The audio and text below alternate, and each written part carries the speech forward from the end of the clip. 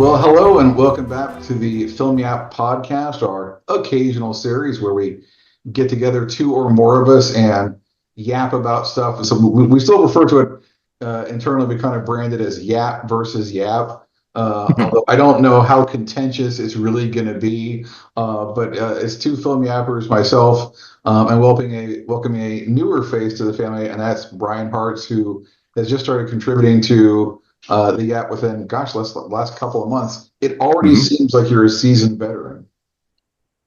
Well, this ain't my first rodeo. I've written I've written stuff about movies off and on for a long time, and been an occasional guest on other podcasts and radio shows, like our friend Matthew Sosi, fellow film yapper. Hi, Sosi. so Shouting out, shouting out to our friend and also Yap contributor Matthew Sosi. And yeah, we actually, I think, met for the first time doing his show on WFYI there, and obviously identified you as a smart guy who's thoughtful about films and has a melodious voice as well, made for radio. So it's one of those things where, like, when I reached out to you and said, "Hey, you want to do some stuff for the app?" and you said, "Sure," and I was literally just like, "Why didn't I ask him that like 5 years ago?" Like, it seemed like such an obvious thing. But anyway, we're really happy to have you. He's currently doing episode reviews of the Bad Monkey Show, so tune in for those weekly right around this time frame. But today we wanted to talk about Tolkien on screen and kind of specifically tying that to Amazon Prime Videos, Lord of the Rings, The Rings of Power. Yes, they want you to say all of it, at least on first reference. And then, of course, is their spin-off, prequel, whatever you want to call it, to The Lord of the Rings, and also, I guess you would say, The Hobbit feature films, those two trilogies. Um, in the expanded version, something like 20 hours of movie. And I remember when the first one came along, people were like, "Do people really want more Tolkien and hobbits and dwarves?" And the answer was absolutely, because I guess the first season, which came out in 2022, was successful enough that they are doing a full 5 season run. And I'm understanding it's going to be like this, like every other year we'll get a new season, 8 episodes, totaling about 8 hours. So that's landing as you are listening to this. That is going to land tomorrow, Thursday, August 29th.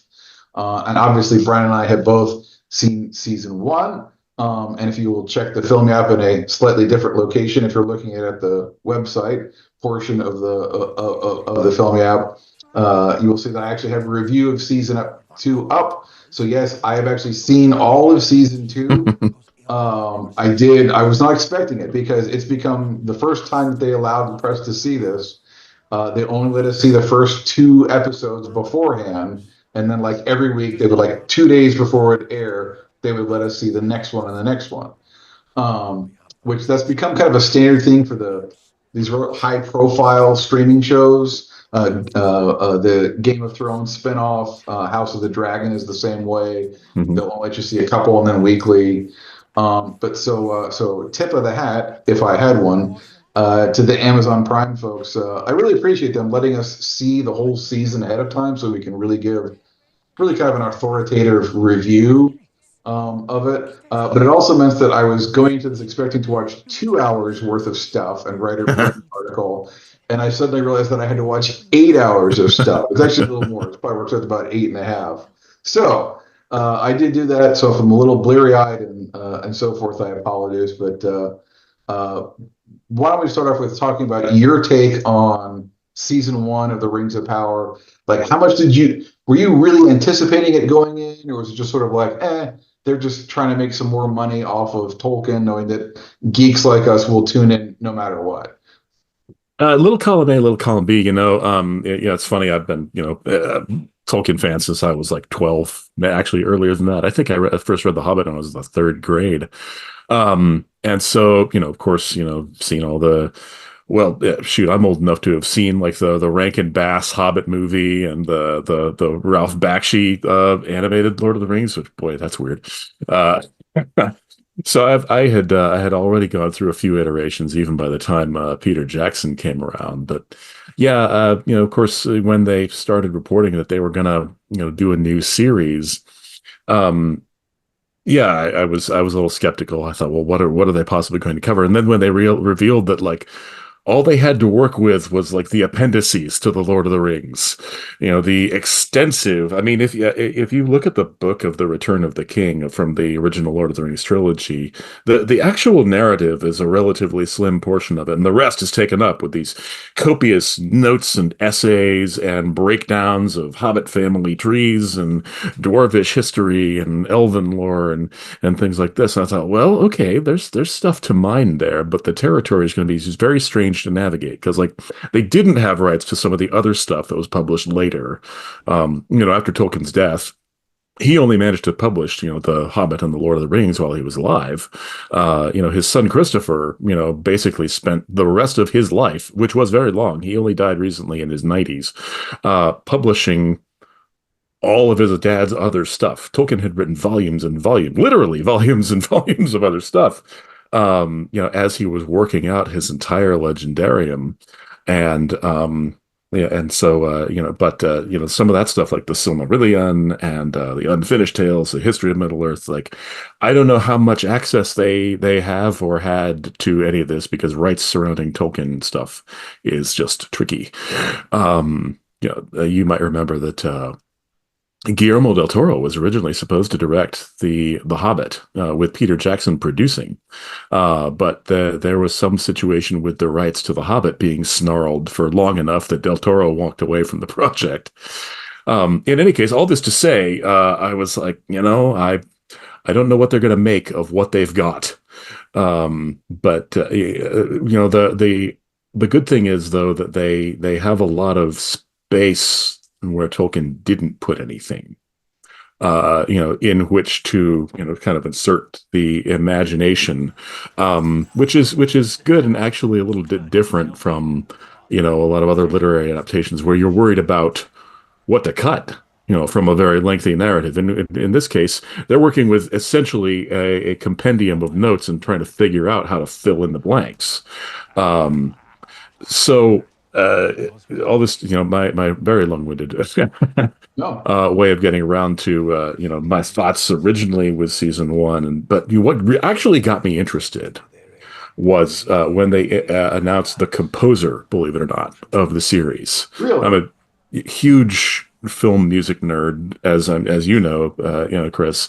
But yeah, the composer of the music is a guy named Bear McCreary, Yeah. and well known to nerds because he came to the scene scoring the 2003 reboot of Battlestar Galactica, which is still one of the greatest sci-fi series of all time, and fell in love with his music. And also, he's like my age, like he's like 4 months younger than I am. If we'd been in the same place, we would have gone to school together. Um, and so it's been so cool to see like this guy on the rise, and he's a film score nerd as well, and he's had a blog that he's published forever about all his music. Like as he was going through Battlestar Galactica episodes, he would publish blog posts about the music he was writing that week, things like that. And of course, being the same age, he has all the like same influences and inspirations that I have, like John Williams, Jerry Goldsmith, Alan Silvestri, James Horner, all these guys. And Yeah. so once I I heard, want to interrupt you there for just a second to say that I loved the music from the season one. I made special note of it in my review, and I immediately ordered the music score on CD. Yes, I'm a physical media guy, so and I'm not trying to be critical of other shows and stuff out there, but they tend to not be super ambitious with the musical scores for streaming shows and things like that. Part of it is like the production time is more condensed and so forth, but really, really standout music. I mean, to me, on par with the score from the original Lord of the Rings trilogy, and that's saying a lot. yeah, it's interesting. They clearly didn't spare any expense on this. I mean, they had some of Bezos's own money involved in producing this, as I understand. So that means they have effectively unlimited resources, right? And yeah, what I even said when I heard Bear McCreary's score, because the album came out about a week before the show. It sounded like somebody had given him like Howard Shore's entire, set of, scores for the original series and $10 million and just said, okay, knock yourself out. because he creates music that sounds of a piece, with that, the whole musical world created for the Lord of the Rings films. But finds ways to develop in different directions, put different nuances, a little bit of his own brand on it. So coming into it through the music gave me a lot of hope that they would find the right way. Um, Once I saw the show itself, and I honestly, I actually haven't read what you wrote about it, so I'm gonna have to go back and check that out. See where we compare here. I I felt, well, it took some getting used to. Let's put it that way. Because I don't know how familiar with like Tolkien on the page are you? Pretty familiar. Like literally read The Hobbit when I was 7. Started reading Lord of the Rings when I was 8. It was a little too dense for me at that age. I think I finally Hmm. finished it at 10. I think I finished reading Lord of the Rings at 10.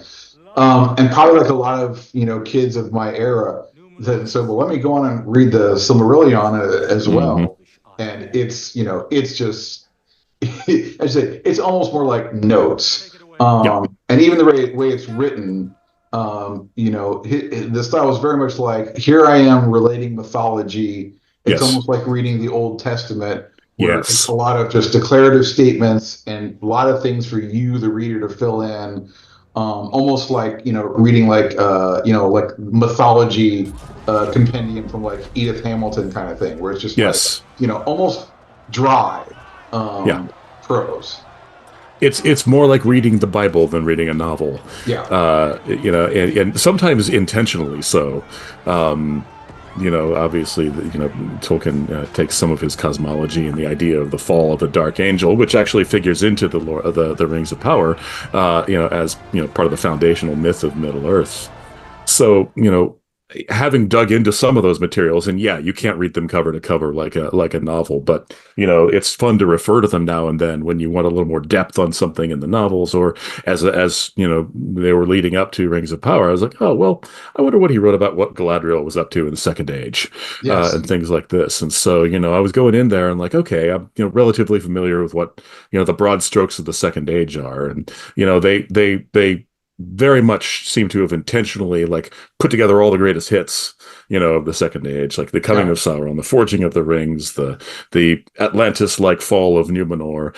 But like, if you know a little bit about the lore, they've like in terms of the timeline, it's all really compressed Yeah. in Yeah. ways that are jarring if you have some background. Um, so like you gotta just except that it's a slightly different universe that they're building with the show. I mean, to me, it was initially like, seeing a scene in Egypt and seeing, like Romans walking around with guys in Napoleonic uniforms. Like, yeah, all those things happened in the same place, but not anywhere close to the same time. Yeah.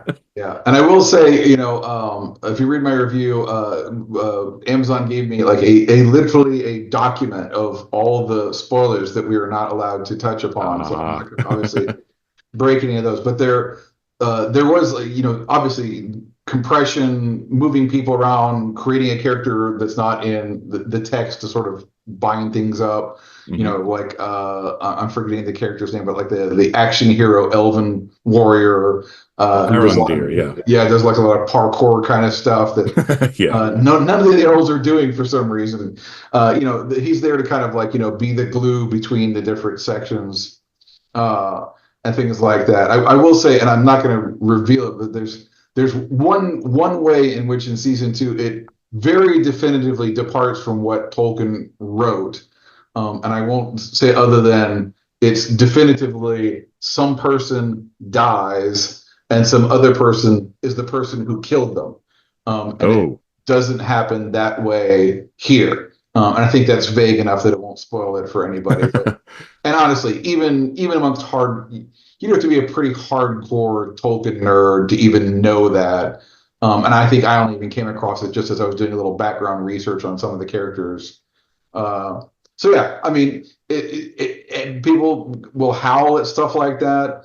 Just as even in the beloved first Lord of the Rings movies, people howled about why didn't you have the scourging? I was one of the people like, why didn't we have the scourging of the Shire? Um, but recognizing this is a movie, and Right. the way it's the cadence and the pacing of it, and you can't have this big cathartic moment and then be Yeah. like, all right, and we're going to have 30 more minutes of them toddling off home, and they dig Yeah. up some gold, and they have to scourge the Shire. Yep. um, and just understanding things that don't work for a film. And it's the same thing here, even with a big sprawling 40 hours. If they do in fact do 8 seasons or 5 seasons of 8 episodes, that would be Mhm. about 40 hours of screen time. There are still things that are going to be compressed, things that are going to be left out. Yeah. And there's also going to be a lot of things that are added in. And we'll see how people feel about those. Like, I will say, for me, the Hobbit trilogy is, although I still love it, because I mean, I love all this stuff. You get hobbits with swords scurrying up under mountains. I'm there. There you go. But for me, the Hobbit trilogy clearly a big step down from the Lord of the Rings Oh trilogy. yeah. And for me, part of that is they really just added so. I mean, they were just pumping stuff. Let's bring back Legolas. Let's do this. We're gonna, and Yeah. a lot of it just seemed really, really superfluous to me. They It, were it fattened it up rather than leaned it out, which usually that's for screen adaptations of books. Is that's your byword? Is you want to lean out the story to its mhm. absolute essence. Yeah, I think actually, you can read The Hobbit in about the same time or less than it takes to watch the entirety of the extended cuts of The I Hobbit I think trilogy my movies. old Ballantine books paperback, which I still have, is falling apart, is 269 pages Yeah. for the Hobbit, and somehow they got 9 hours of movie out of it. Yeah, Uh, it's a trim book designed to appeal to 8-year-olds, and yeah. yeah, yeah. I think it is to the 2001 Lord of the Rings trilogy what the prequels are to the original Star Wars trilogy. It's just they're unfocused, kind of flabby, meandering, and not anywhere close to the same amount of sort of gripping adaptation. Well, that being said, I'm not here to, be one of those Tolkien purists who's going to rant about everything they changed. And, you can go to YouTube, well, other places in YouTube, for all that kind of stuff. If you want to see people with extensive red-faced, veins bulging conniption fits about, what bits of Tolkien they changed. On the whole, I might get in trouble with more purist people or at least super fans of Peter Jackson, but I don't think the Rings of Power made not much more or less in terms of very different adaptive choices than the Peter Jackson film trilogy of films, which departed from the books in some very significant ways as well. So some license is going to be taken, and when you have the second age of Middle Earth, for those who aren't quite as familiar, why are you listening? No, I'm just kidding. The Lord of the Rings takes place around the end of the third age of the world. The events of the Rings of Power take place in the second age. The first age was like the heyday of the elves. The second age is the one that Tolkien wrote the least about. Mm. So it does present the best opportunities to kind of chart your own path in storytelling. And I think they've made some very clever choices in terms of that. That are in some ways more true to Tolkien than you might think. Lots of people have complained about the way Galadriel is portrayed. She's not the sort of wise, cryptic, ethereally beautiful Kate Blanchett, but more young, fiery. But if actually that's directly from Tolkien. Like he describes her as impetuous and hot-headed in her younger days, and does roam the world, seeking to right wrongs. So, that part entirely in character. Other bits that they have, created, I think, the storyline with the stranger, as they call him for most of the first season, who, is revealed to be a wizard. Is he Gandalf? Is he not? Who knows? But I like the fact, and I'm envious that you have seen how this plays out. At the end, they're going someplace that Tolkien never goes in any of the narratives he wrote. The land of Rhûn, which I think is the right way to pronounce it, which is just sort of to the east of Middle Earth. If you've looked at all the maps, which most people who've read have, it's just this there. It's just there in big letters, and he says The very little about Easterlands. it. Yes, yes, yeah, yeah. There's some people who come from there, but nothing ever. He doesn't describe anything that happens there except in the Unfinished Tales in his brief treatment of like description of all the wizards who have come to Middle Earth, of which there are actually relatively few. There were only five. Yeah, the Um, Astari. yes, the Istari, essentially basically angels who come to Earth clothed in human form, or if you will, like Odin, taking the form of an old man as he wandered the Earth. But yeah, three are accounted for in the Lord of the Rings and the Hobbit. Saruman, Gandalf, and Radagast. Yes, The and Radagast gets a nice blow up in the Hobbit trilogy. Like he's literally like a couple of lines in the book. So it's like Gandalf runs retelling, "I ran into Radagast and he told me some stuff," and like Yep, literally that's his entire appearance in the books. And yeah. then they refer to two others who went east and were never heard from. That's exactly right, and yeah, like I think they're the blue wizards, Yes, and whereas the others are the white, the gray, and the brown, and yeah, that's literally all he said about them, and so this guy could be one of them. Who knows? And maybe you know more since you've seen season two. I Um, do. And again, without spoiling anything, it is not completely revealed and all the questions are answered, but we are definitely given some very, very um, more information about the stranger. There are others he meets who may or may not also be Astari.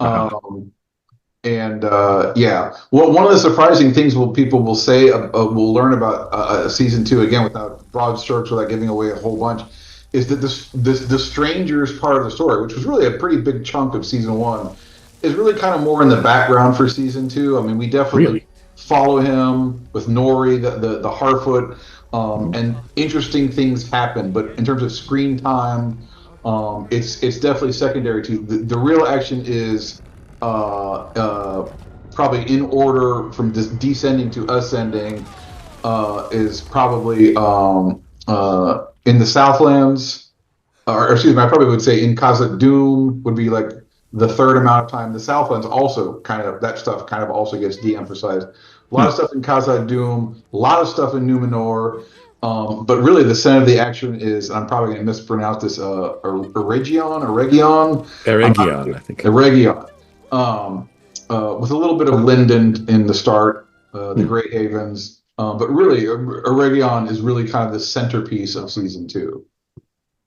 That's interesting. It kind of makes me worry that they might end up falling victim to some of the scope creep that's typical of the other RR guy, as in George R.R. Martin.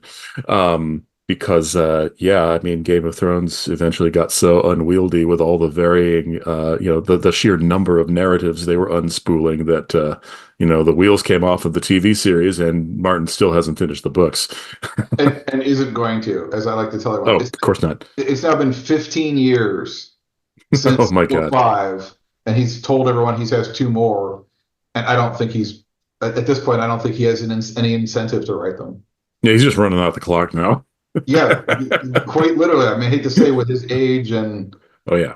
what we've heard of health issues. I think this might be one of those things where he's going to hand off to a Christopher Tolkien or some other Yeah. inheritor figure. Yeah.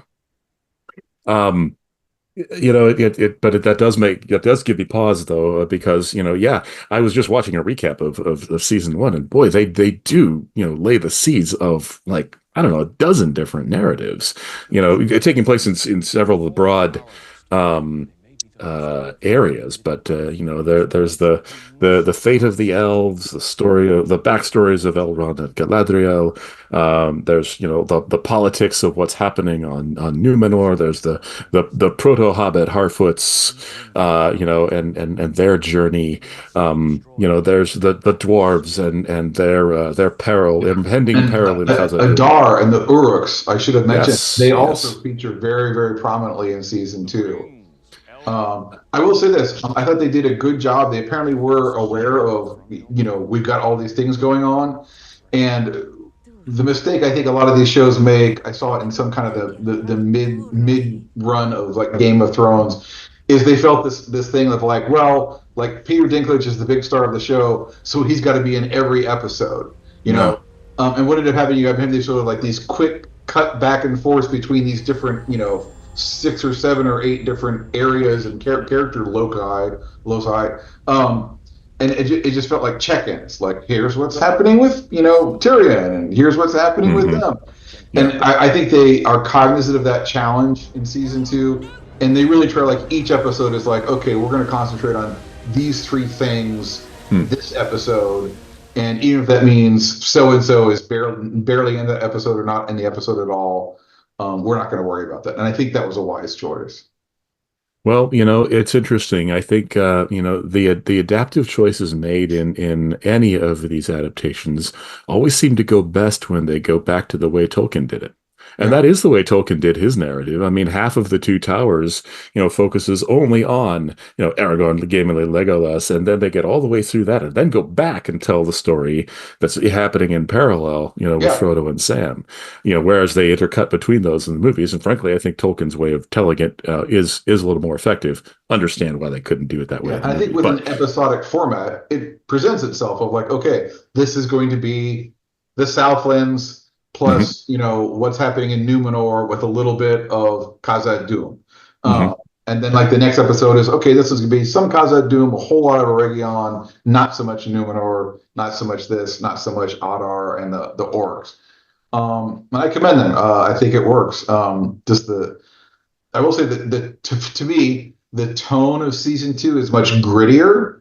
mm, There's a lot more battles. There's a lot more blood. It's mm, pretty hard stuff. Like my 14-year-old, I would let, or almost 14-year-old, my 13 and change year old, I would let watch it. My 11-year-old, he's pretty mature. He'd probably be okay. Younger than that, I would think about letting young, really small kids or those that are sensitive to that kind of stuff watch it because it's pretty tough. But to me, it kind of made it's definitely dirtier and grimier. mm. Like, people used to joke about, like in the original Lord of the Rings movies, like even when the elves would go into battle and get killed, they still somehow stayed clean.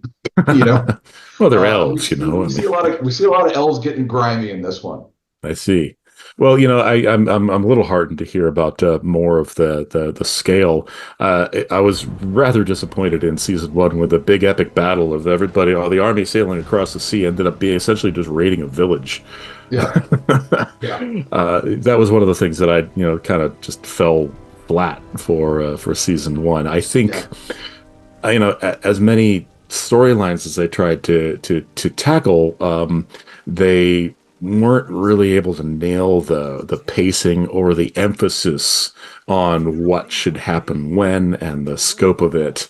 Because things will slow down and then like that something that gets massively built up. Yeah, again, ends up being like, oh, they raided a village and rescued some people. That Yeah. was worth sending an army overseas. All right. Well, maybe we should kind of put a bow on it right there. I kind of share a lot of your sentiments about season one. I mean, I liked it. They definitely had some slow sections, some little shakier narratives where they're having trouble balancing everything. It seemed like a whole lot of setting the table. And I would say, certainly in season two for me, is where we really begin to feast, and the payoffs come. And so maybe after, so the way it's going to play out is first 3 episodes debut this Thursday, and then one a week through October 3rd. So maybe you and I will come back to each other in early October and kind of do a recap of what you thought about season 2, because I'd be very curious to know. Well, yeah, I'm looking forward to rejoining you because there's half a dozen things that we haven't even gotten to that I'd love to ask you about. But I'll look forward to experiencing them and then comparing notes because I want to talk about all kinds of stuff like Tom Bombadil. But more on that when we gather next. Yes, I wasn't sure how much of that. I think it's like it's out there and people know about it, so it's not really in the spoiler realm. I personally, I did not know about that when it hit, so I was very pleased to have that moment. And is it just a little bit of gentle fan servicing who are still ticked about him not being in the feature films? It is, but the way they did it is not at all egregious. And it just sort of sidles up to you, and it's just a lovely, warm, gentle sequence that I enjoyed. So I guess that counts maybe as a one semi spoiler here in our podcast. And if it is a big surprise for you, we apologize. The photos were in Entertainment Weekly weeks ago, so caveat, listener. Yeah, when they've got it in the trailer and they've got the photos out there, it's hard to really do it. But anyway. Well, thanks, Brian. I really appreciate you sharing your thoughts on all things Rings of Power and Tolkien in general. And yeah, let's do this again for the after, because I'd be really curious to hear what you have to say. I'm so looking forward to it. Talk to you then.